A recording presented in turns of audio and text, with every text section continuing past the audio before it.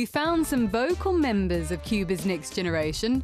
They were posing for the album they're hoping one day to record.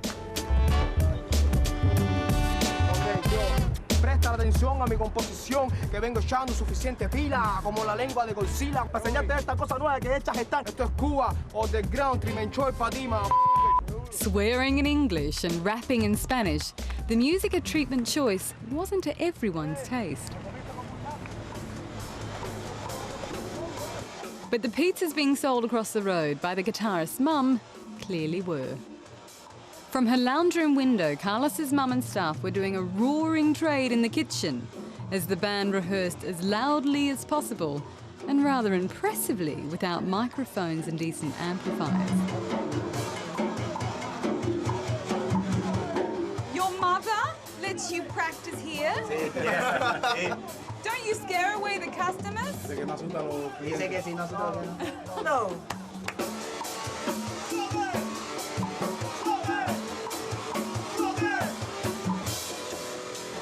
When people think of Cuba, they think of salsa, they think of hip-hop maybe now, Rumba. More recently they think of rumba, exactly.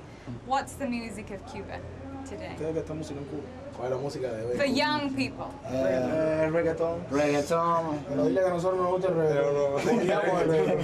They don't like the reggaeton. We like the rock. We like hard music, but we want to fusion with another music to the people can hear more easy.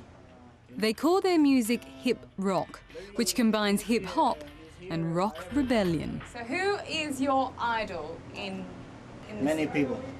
Cypress Hill, Slipknot, Korn. They're big American bands, aren't they? Yeah. How do you hear American music? Well, we buy discs, the friends, VCD. We all help each other. Will I hear of you internationally one day? Well, we hope so. Wembley? Canini Ojalá. We want to play around the world. Good luck. We left the hip rockers for a night of salsa, and the omens were looking good.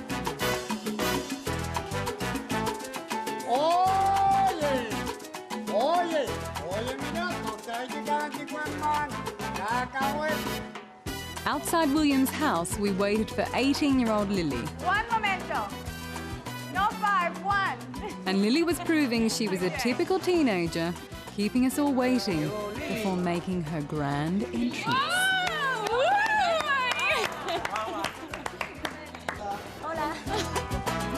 Pepper had organised a bunch of friends for our last night in Havana. We had a big day, but we had no police today. But I'd spoken too soon. We were back in the tourist area, and now the main attraction. Once again, we were told it was to protect us foreigners. It's harassment. Harassment, no? But our friends didn't want us to make a fuss on their behalves. This too, they said, reflected the Cuban way of life.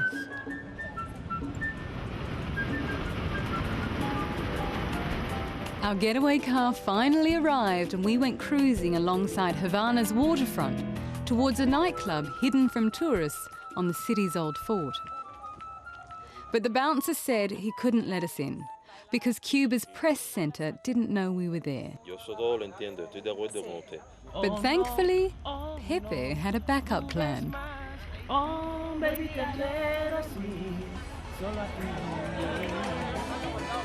the way, Pepe!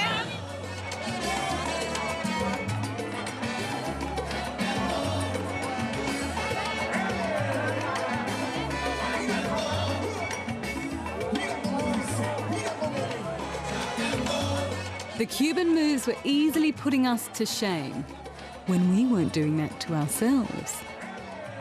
Brilliant. I don't know what I'm doing. Yeah, you can laugh.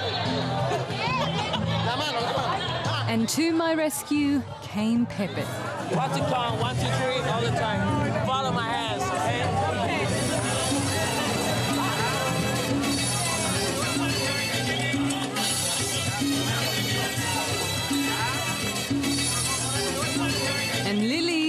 performing her own miracles. First on Simon, then something truly amazing.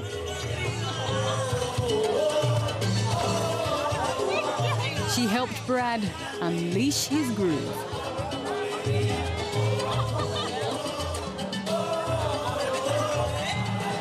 And we discovered a new sound man.